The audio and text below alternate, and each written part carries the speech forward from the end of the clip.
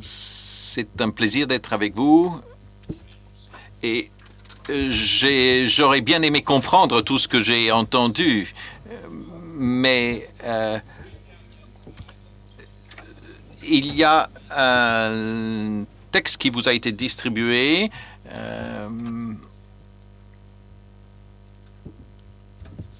Votre interprète s'excuse, mais nous n'avons plus de son dans la cabine.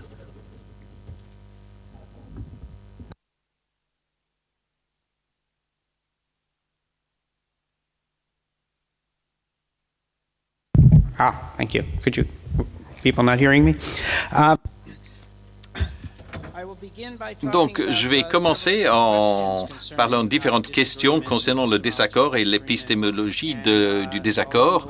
Et chemin faisant, nous dirons des choses comment ces questions interagissent les unes avec les autres. Je vais aussi parler brièvement d'une approche générale de l'épistémologie dans mes propres domaines, l'évidentialisme, et réfléchir aux implications que cela pourrait avoir sur les questions autour du désaccord.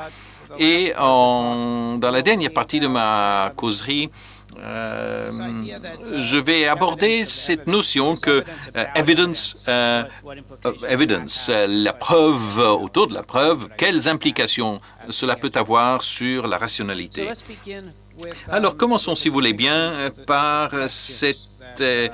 les questions qui sont soulevées dans toute la discussion autour de l'épistémologie du désaccord.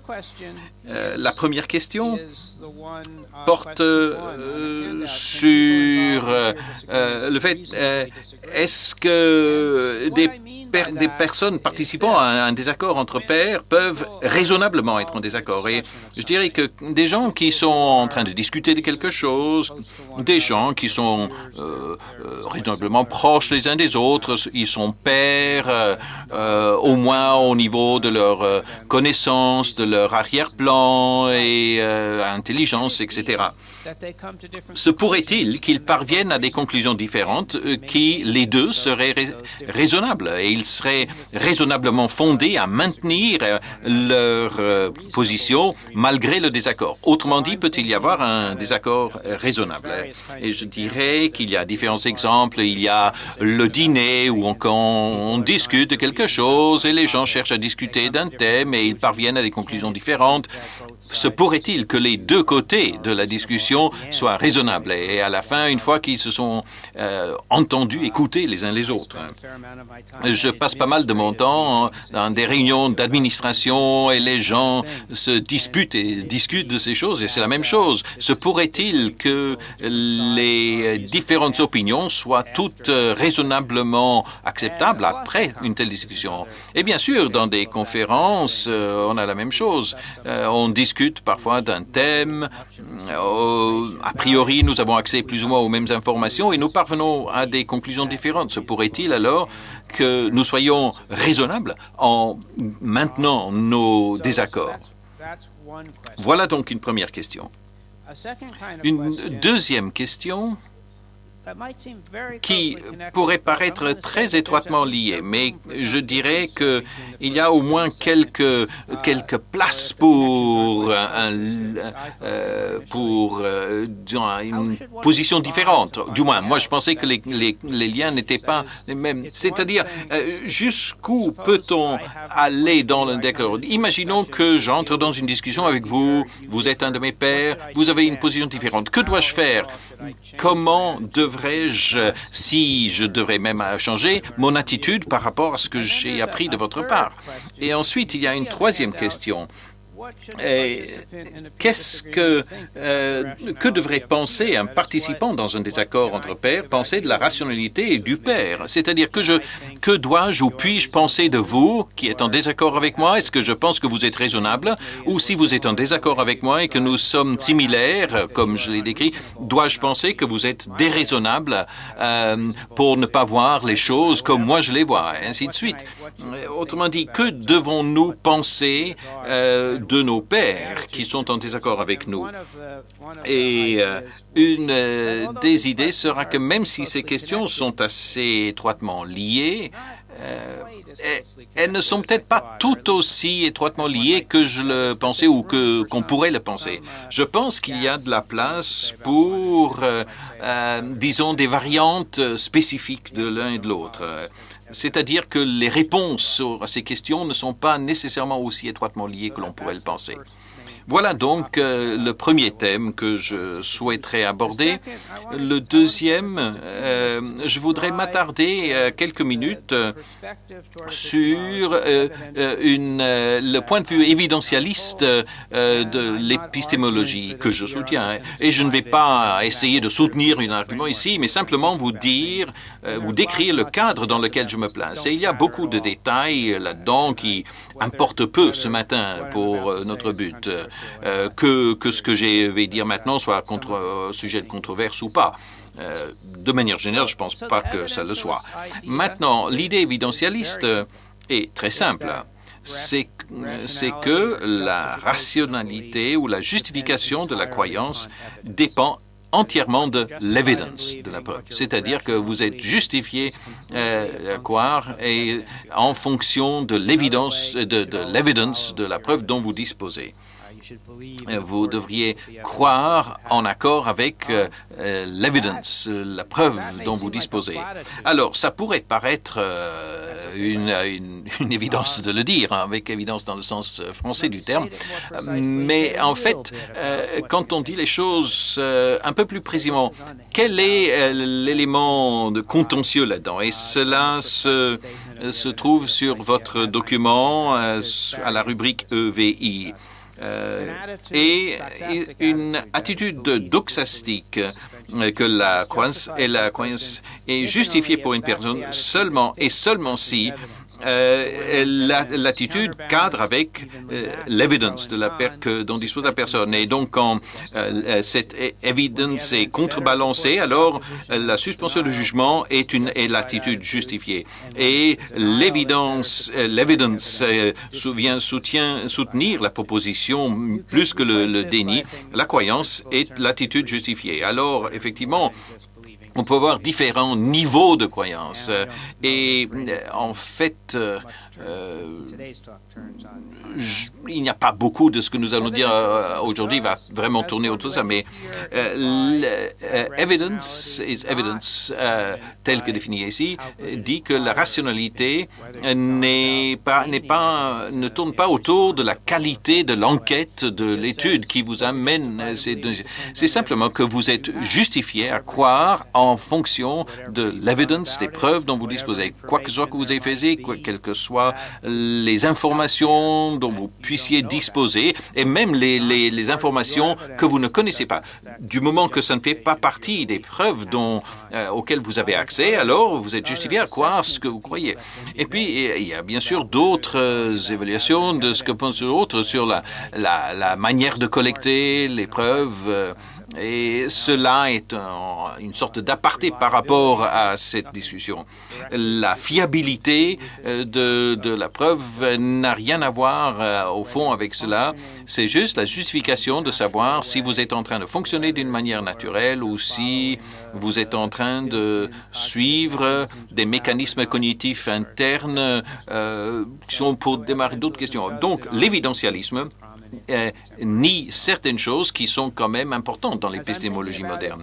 En y pensant, je dirais que l'evidence dont on dispose, c'est simplement l'information dont on dispose pour former ses propres croyances. Et ce sera essentiellement d'autres croyances justifiées. Les autres informations que vous avez vont être en fait l'evidence pour d'autres, mais je pense que en fait vos expériences aussi font partie de cette evidence, de ces preuves. Et donc, si vous avez un sentiment de chaleur par rapport à telle ou telle opinion, cela va peut-être pas contribuer à la justification de votre croyance. Votre expérience perceptuelle peut contribuer aussi à la justification de votre croyance. Et donc, l'expérience joue un rôle également là-dedans. Maintenant, deux autres points concernant l'évidentialisme qui seront peut-être utiles dans notre réflexion ce matin. À mon sens, les relations évidentielles sont objective. Et j'entends par cela il y a un fait simplement si un corpus d'evidence est soutenu. Ce n'est pas à vous de le définir, ce n'est pas en fonction d'autre chose qui vous concerne ou de votre société ou quoi que ce soit. C'est simplement quels sont les faits. Si cette evidence vient en appui à votre conclusion ou pas, ça c'est un aspect, disons, quasi logique simplement. Et à mon sens aussi, les relations évidentielles sont nécessaires, c'est-à-dire elles ne varient pas d'un monde à un autre ou d'une situation à une autre, simplement ce sont comme des faits de logique qui sont fixes. Alors, je ne sais pas quelle pourrait être l'importance de ces points que je viens d'évoquer dans notre présentation d'aujourd'hui, mais peut-être qu'il y aura quelques éclairages utiles qui en découleront.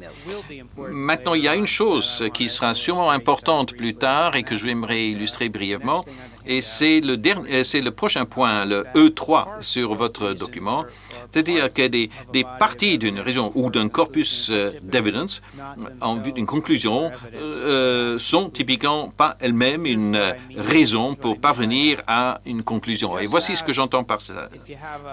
De même que si vous avez un argument valable avec trois prémices dont les trois sont nécessaires pour appuyer la conclusion, ce n'est pas comme si deux de ces prémices en soi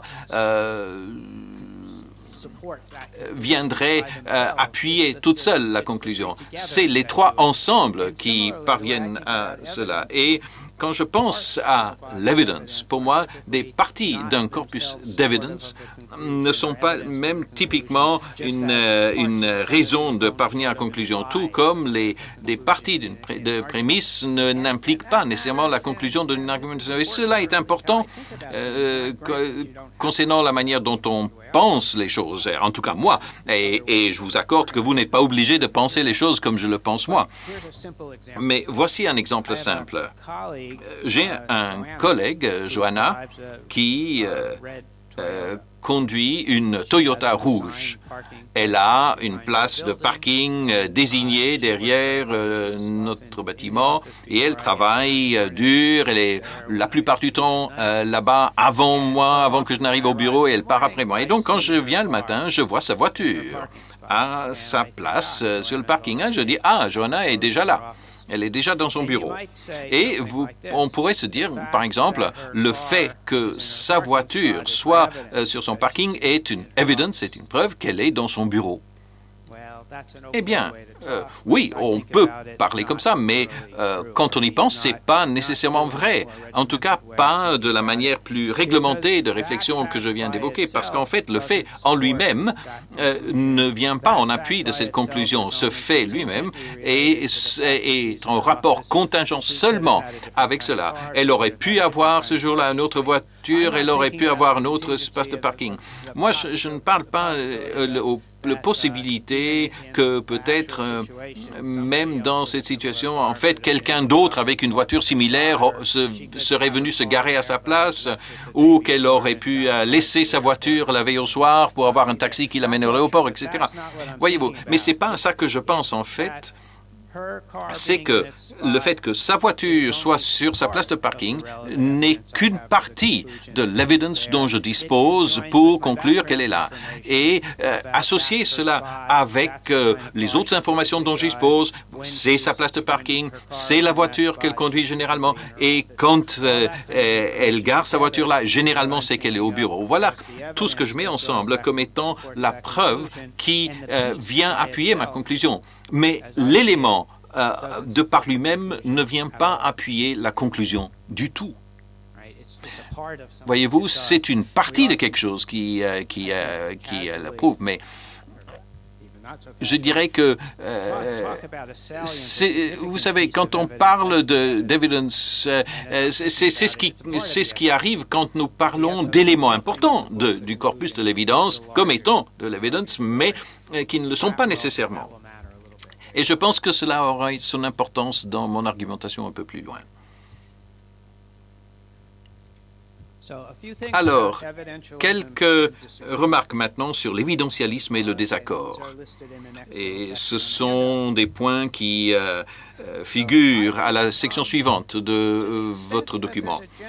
Je dirais que dans la mesure où il y a une réponse générale concernant ce qu'il convient de penser quant à ce qu'on devrait faire en face d'un désaccord de pair, voilà.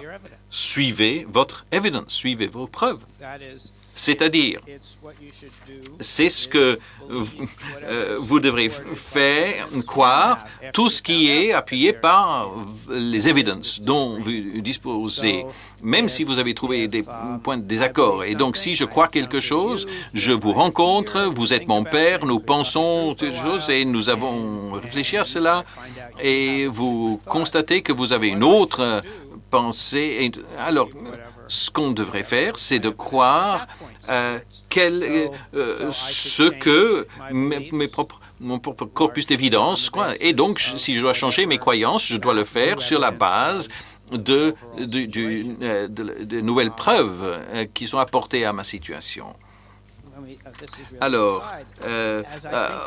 je dirais, à côté de cette argumentation, que je trouve que la confirmation de l'évidence, c'est que l'idée que on doit faire ce qui est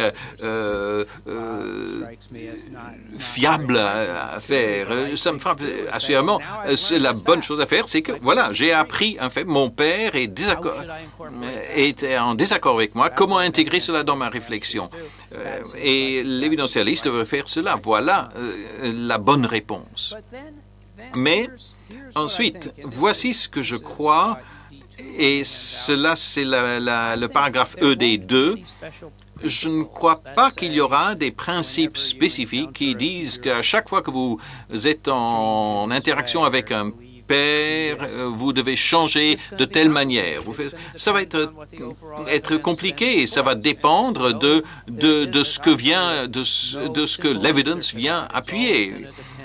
Il n'y a jamais de solution facile et évidente. Et ça dépendra des petits détails et ça dépendra des informations d'arrière-plan dont vous disposez et ainsi de suite. Alors, je dirais quelques éléments en plus sur quelques principes d'ici quelques minutes. Mais il se pourrait que ça vaille la peine de dire ceci, que s'il y avait des principes spécifiques sur ce qui devrait se passer en cas de désaccord, alors elles devraient avoir une ou l'autre caractéristique. Soit elles sont en conflit avec l'évidentialisme.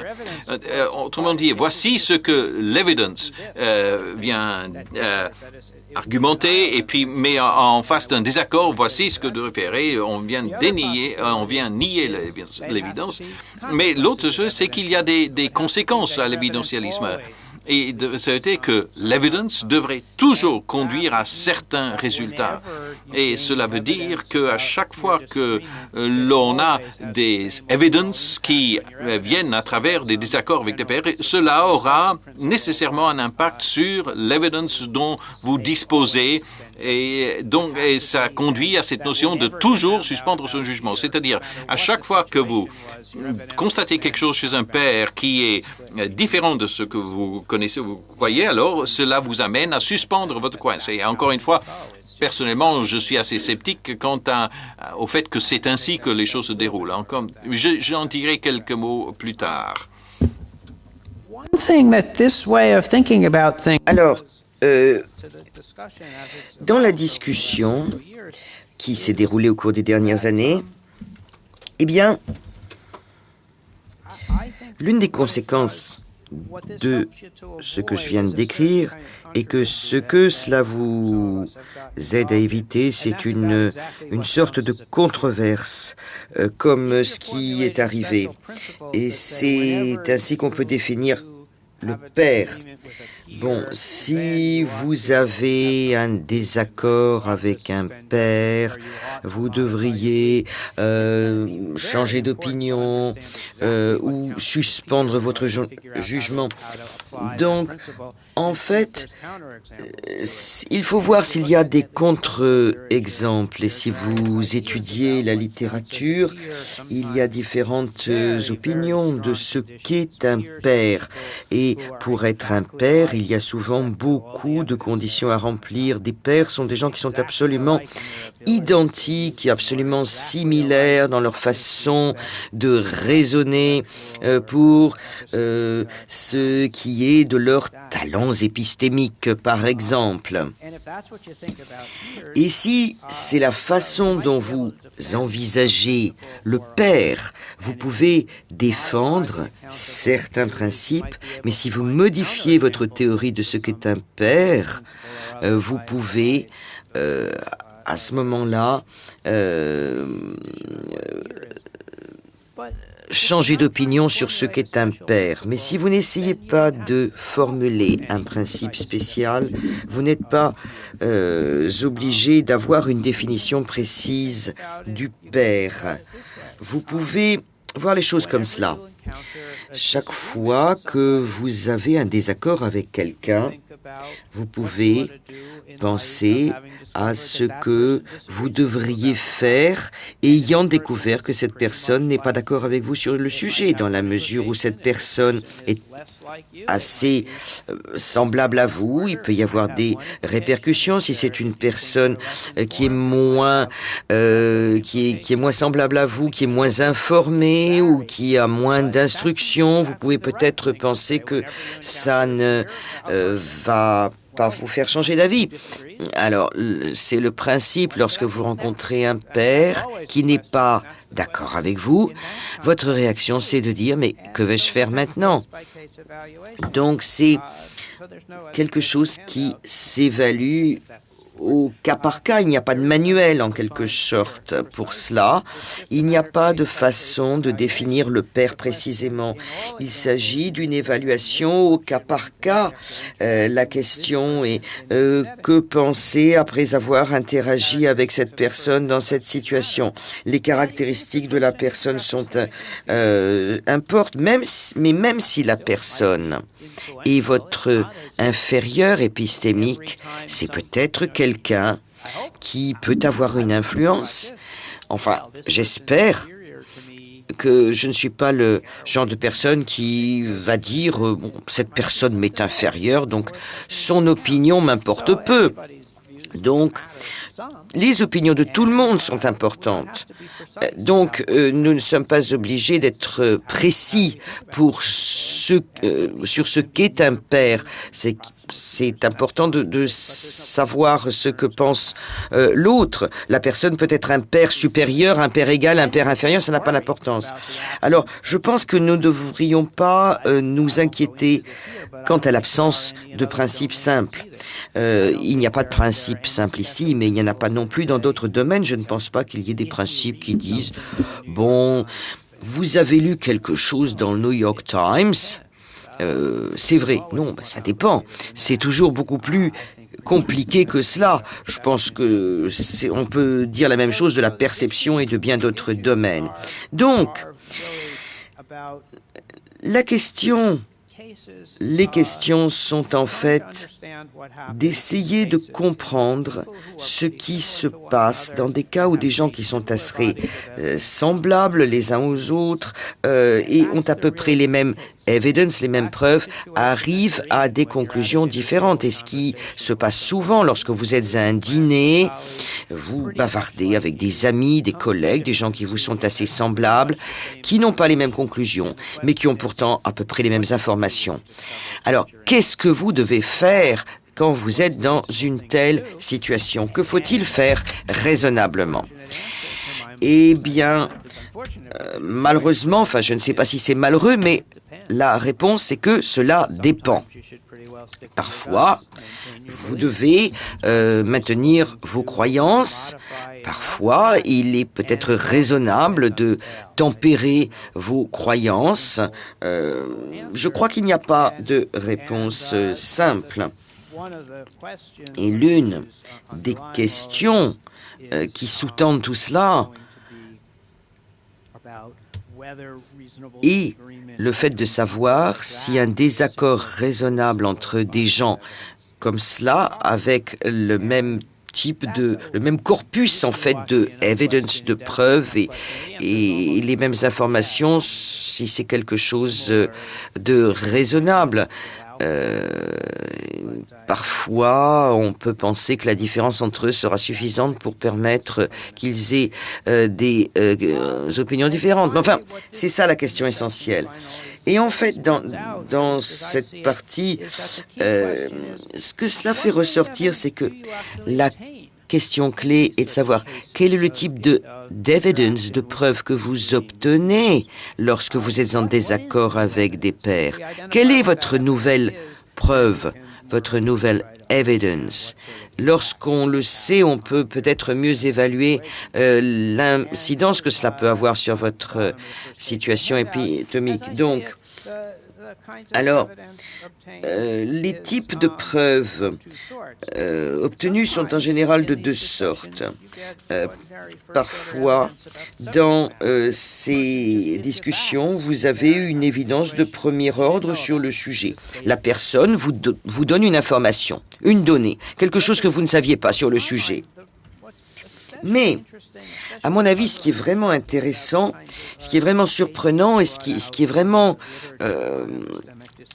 un mystère dans la littérature sur le désaccord épistémique, c'est que vous avez souvent une évidence, une preuve de ce que le père pense sur cette preuve ou sur sur l'impact, le poids, la signification de cette evidence.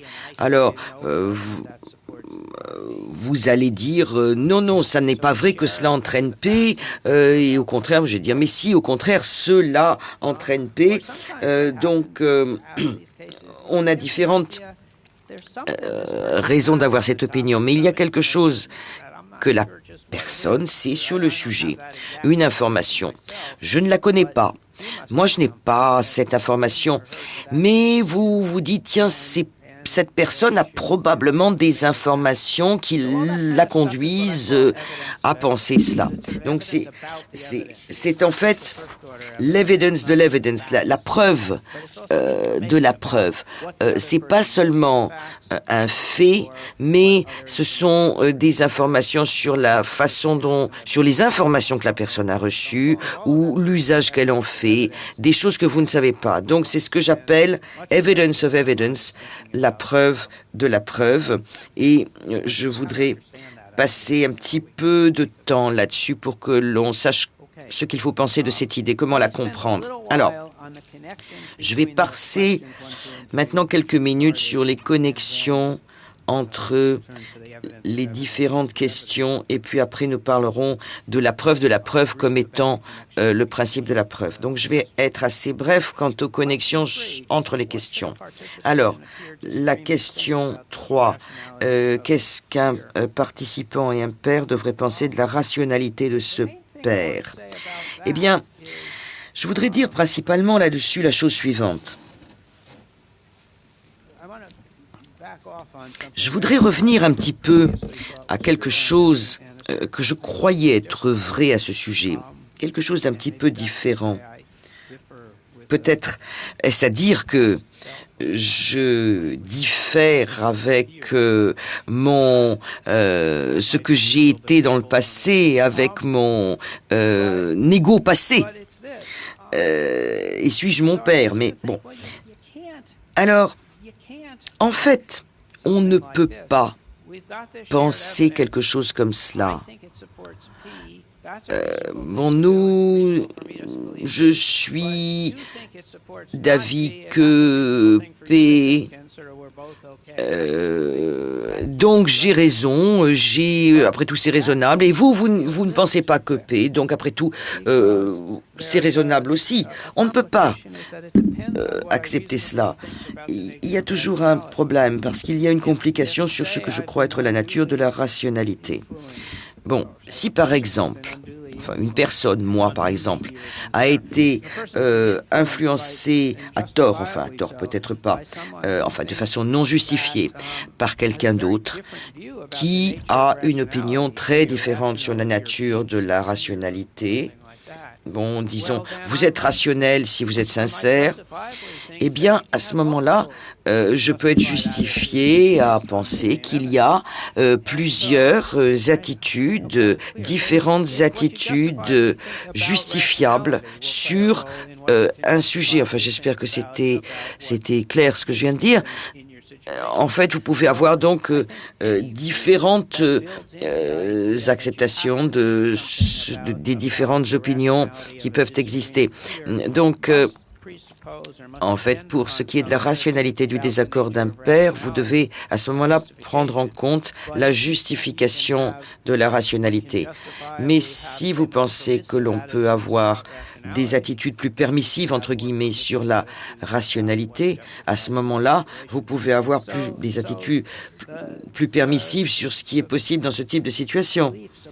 Donc, ces croyances sur la rationalité, sur la justification de la rationalité, jouent un rôle majeur ici. Je suis en train de regarder la montre. Oh, j'ai encore beaucoup de choses à dire. Bien. Alors, maintenant, quelques mots sur les connexions entre la question 1 et la question 2. Comment réagir rationnellement au désaccord? Alors, je voudrais dire la chose suivante. Considérez un principe, donc ici sur votre feuille, c'est la page 5, STYG. Donc, alors, si S croit P et apprend que son père n'est pas d'accord, bien S doit-il continuer à croire P, c'est-à-dire à ne pas changer d'avis? Eh bien, je pense d'une façon générale que c'est naïf et simpliste. Mais ce à quoi je voudrais réfléchir, c'est cet argument. Alors, supposez que ce soit vrai. Cela peut vous amener à la conclusion qu'il y a des désaccords raisonnables, ce qui voudrait dire que la réponse à la question 1 est oui, parce que si vous avez deux personnes qui ne sont pas d'accord, eh bien, chacun reste sur sa croyance et elles peuvent raisonnablement ne pas être d'accord. Donc en fait, là, il y a une connexion assez étroite. Mais il y a cet argument, mais il ne me soucie pas.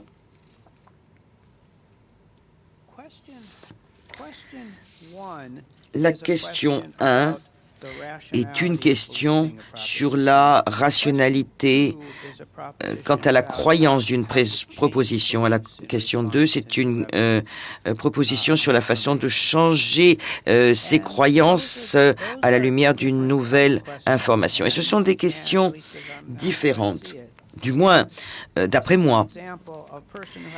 Prenez par exemple une personne qui a une confiance tout à fait injustifiée dans ses compétences, qui veut toujours tout prévoir et qui apprend quelque chose comme aujourd'hui nous sommes jeudi. Alors, qu'est-ce que cette personne doit faire, cette personne vis-à-vis de sa confiance, en apprenant que nous sommes jeudi? Vous allez peut-être dire rien, parce qu'il n'y a rien en fait qui soit vraiment pertinent là-dedans, rien qui soit arrivé, on n'a rien appris de pertinent. En fait, voilà, je mets beaucoup de conditions à cela. Je ne sais pas ce qui est vrai, mais ce que je veux dire, c'est la chose suivante. Si vous pensez que, comme certains peuvent le faire, que vous devriez modifier vos croyances en fonction de quelque chose de nouveau que vous apprenez et qui est pertinent, eh bien, vous pouvez penser que la personne qu'une personne qui a une croyance injustifiée en elle-même va peut-être, en apprenant quelque chose de pertinent, maintenir sa croyance dans quelque chose qui n'est pas justifié. Dire, eh bien, je vais continuer à penser ce que je pense plutôt que de reconsidérer ma position. Donc, si vous pensez cela, eh bien, les questions 1 et 2 dévient l'une de l'autre, d'une certaine façon, parce qu'il se peut qu'à la lumière d'un désaccord, les gens n'apprennent pas de choses, qu'ils ne soient pas obligés de changer d'avis du fait d'un désaccord avec un père, mais cela ne va pas de soi. Si vous pensez que si ils ne veulent pas changer d'avis ni l'un ni l'autre, ça ne veut pas dire que ce soit raisonnable. Alors, ce qu'ils croient et le statut de leur connaissance, ce sont deux choses différentes. Alors, je pense que ce sont des choses qui compliquent les liens entre les différentes questions. Donc, je vais passer je ne vais pas rentrer dans les détails de la section suivante, donc je vais sauter ce passage et je vais passer à Evidence of Evidence. Dans d'autres communications, j'ai utilisé ce slogan. Evidence of evidence is evidence, la preuve de la preuve est la preuve. Et il est très bien ce slogan, je l'aime beaucoup.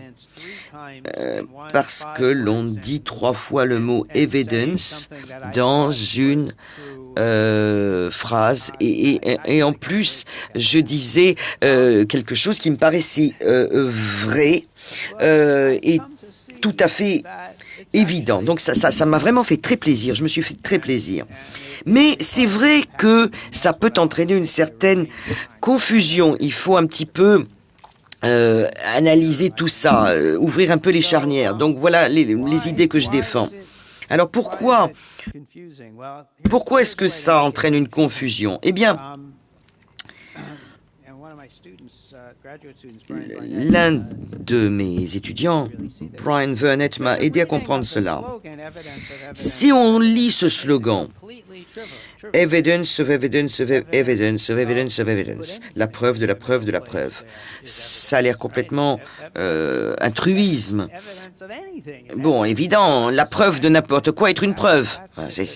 Effectivement, c'est tout à fait trivial. Bon, la preuve que quelque chose est une preuve est une preuve. Ben, évidemment. La preuve que quelque chose que quoi que ce soit une preuve est une preuve. Bon, enfin, sauf si l'idée n'est pas intéressante, mais c'est évident. Alors, la preuve de la preuve pour P et la preuve pour P, de P. Alors ça, c'était un petit peu plus proche de ce que j'essayais de dire, mais ça n'est peut-être pas tout à fait vrai non plus, du moins avec une certaine lecture de la partie 2. En fait, la preuve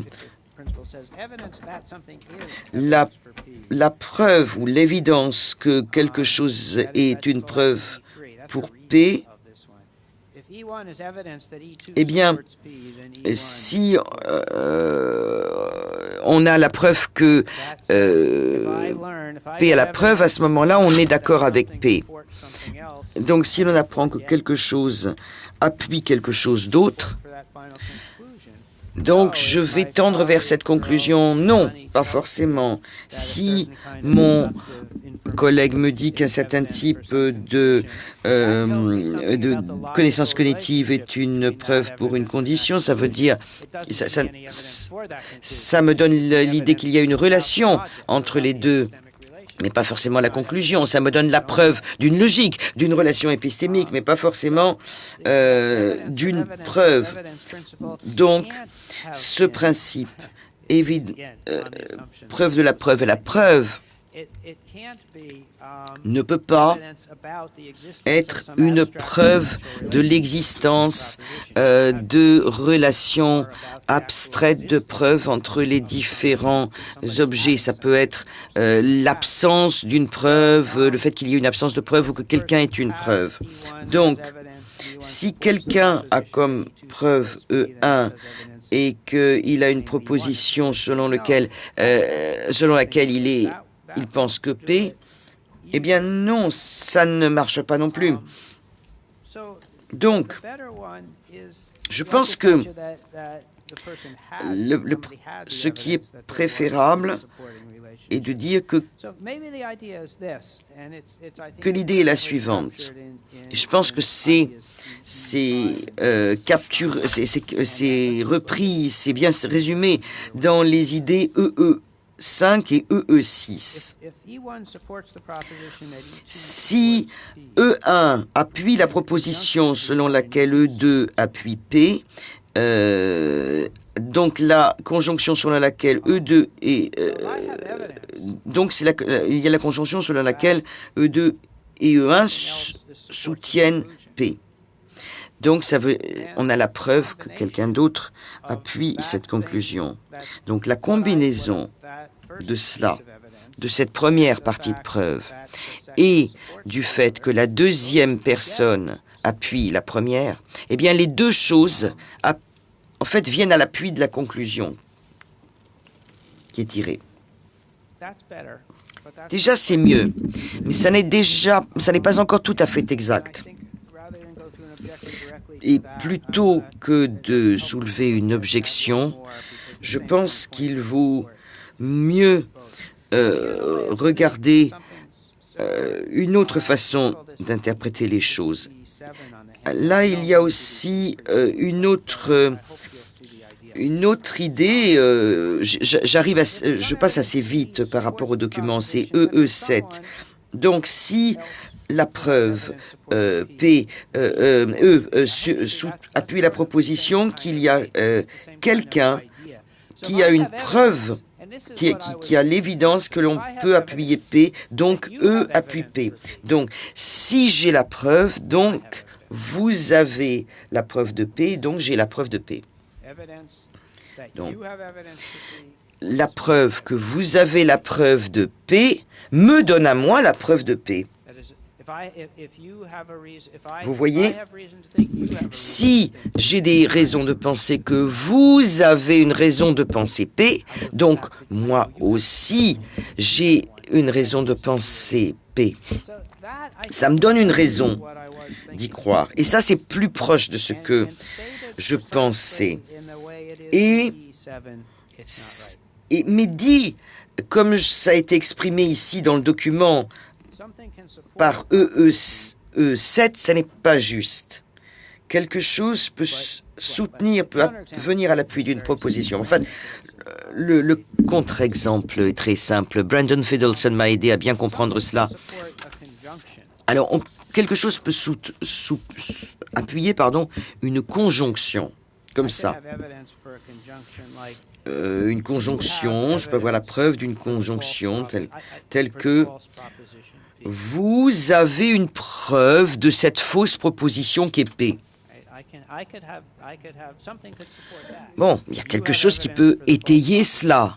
Vous avez une preuve de la fausse proposition qui est P. Ça vient à l'appui de la proposition selon laquelle vous avez la preuve que vous appuyez P. Mais ça ne veut pas dire que P soit vrai. Ça n'appuie pas la conclusion selon laquelle P. Au contraire, ça veut dire que P est faux. Alors, plus facile. Bon, supposez vous apprenez quelque chose. Vous n'avez pas lu le journal d'hier. Vous lisez dans le journal d'aujourd'hui qui vous dit « Dans le journal d'hier, nous avons fait telle erreur ». Donc maintenant, vous avez une bonne raison de penser que les gens qui ont lu le journal d'hier avaient une évidence, une preuve à l'appui de leur conclusion. Seulement le journal d'aujourd'hui, lui, il ne va pas à l'appui de cette conclusion, de cette erreur qui a été faite la veille dans le journal d'hier. Donc ça, c'est un bon contre-exemple à EEE7. Maintenant, EEE8, oui, je crois que c'est bien ça. Alors, je vais dire cela. Et puis, je prendrai les 5 dernières minutes pour défendre EEE8 contre les objections qui sembleraient évidentes. Donc, if S a une preuve E1, soutenir la proposition, appuyer la proposition que quelqu'un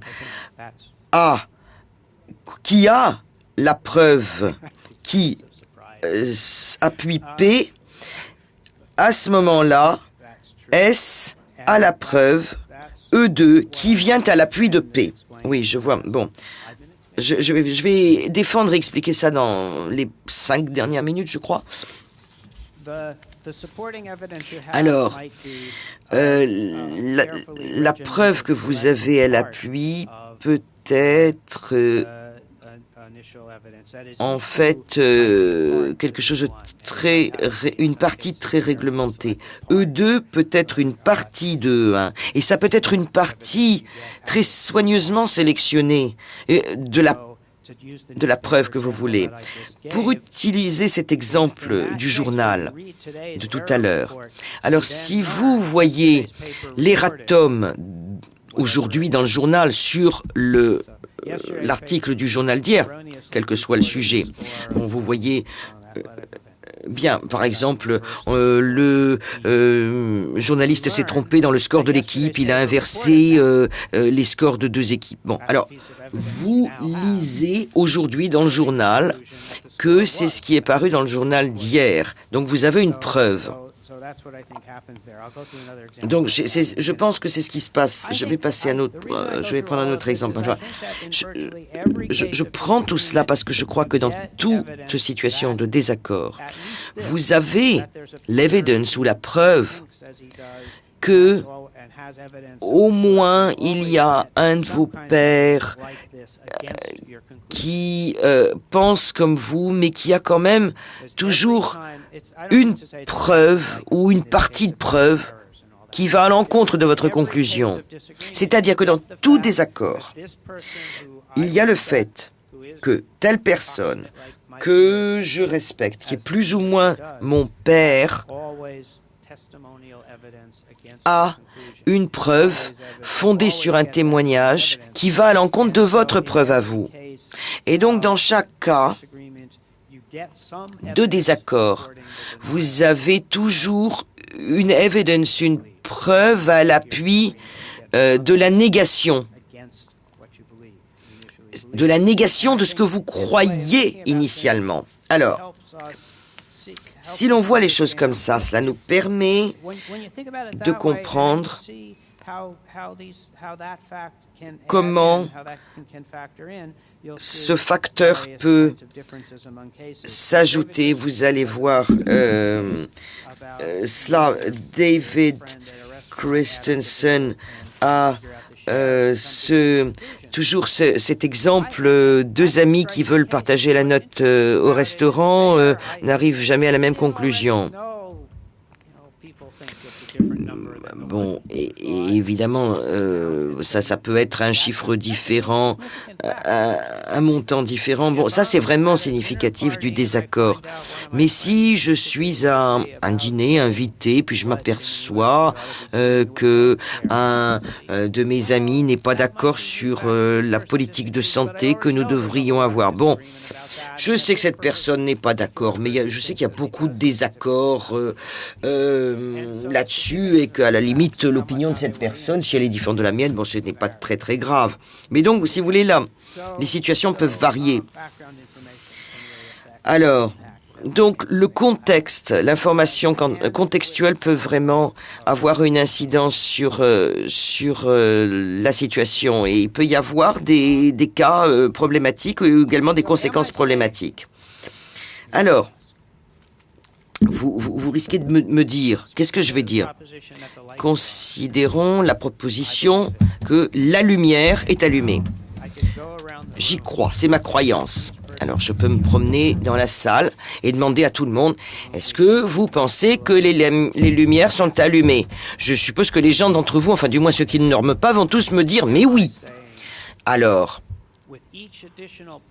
avec chaque petit témoignage qui vient, chaque petite partie de témoignage qui vient s'ajouter à cela, j'ai de plus en plus de preuves que les lumières sont allumées, n'est-ce pas? Oui. Et s'il y a une pile de journaux et que je lis chaque exemplaire et que chacun ait le même gros titre, est-ce que j'ai de plus en plus de preuves de cette conclusion? Oui, je pense que oui. C'est-à-dire que j'apprends un autre fait qui vient à l'appui de cette conclusion. C'est la relation logique. Bon, vous dites cela, je dis cela, telle personne dit cela, et donc vous allez dire que ça vient à l'appui de la conclusion. Eh bien, moi, je me dis qu'il faut peut-être se faire un peu de soucis là-dessus. Est-ce que je suis de plus en plus justifié à croire que les lumières sont allumées ou est-ce qu'après, au moment, ça n'a plus aucune importance? Eh bien, certaines personnes pense que je n'aurai jamais une croyance aussi infinitésimale que celle qui consiste à penser que les lumières sont allumées en demandant à un grand nombre de gens. Mais il y a une autre attitude, même si je n'ai pas des arguments frappants, même pas d'arguments du tout pour défendre cela, eh bien, l'idée serait que c'est evidence, c'est une preuve, mais ça n'ajoute rien.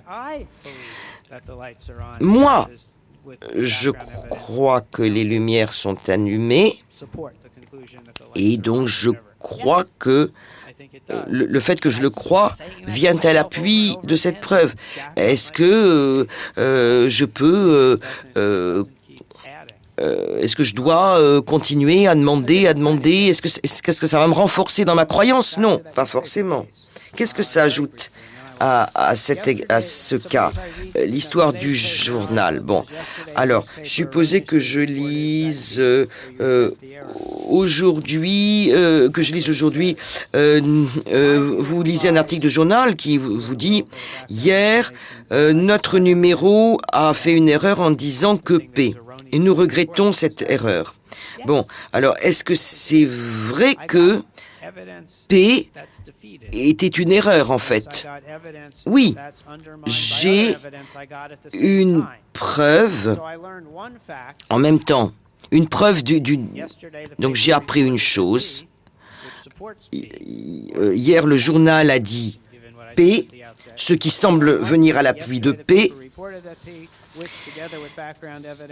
Et en même temps, j'ai l'autre information contextuelle. J'ai donc toute l'information contextuelle sur P.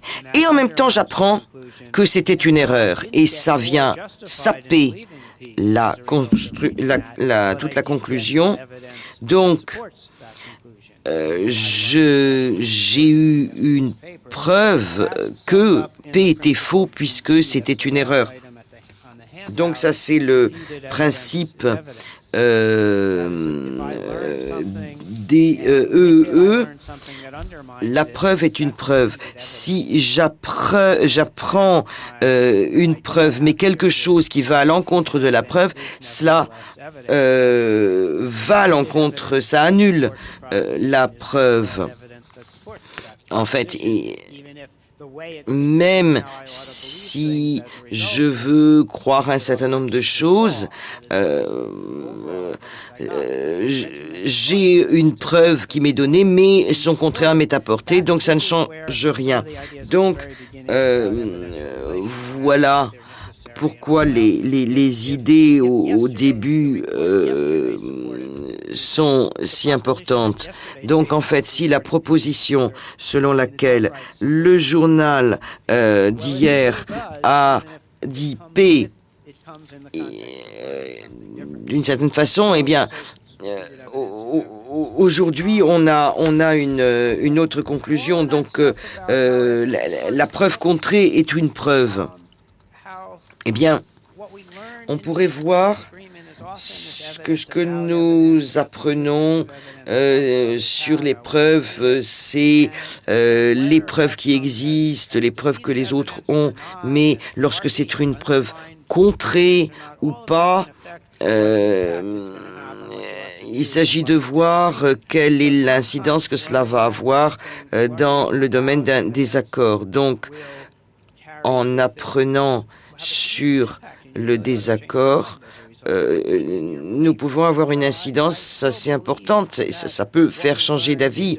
Donc je crois toujours que ce que nous apprenons au cours d'un désaccord, c'est toujours quelque chose qui sape la croyance, et je maintiens une vision de conciliation. Dans un désaccord, vous apprenez quelque chose parce que c'est une preuve contre ce que vous croyez initialement, mais l'incidence, ça fait partie d'un domaine plus large. Ça peut être comme cet article erroné dans le journal. Peut-être que ça ne va rien changer à votre croyance et parfois ça aura une incidence importante. Et donc ce sont des principes simples. Je crois que j'ai parlé trop longtemps, alors je vais m'arrêter là.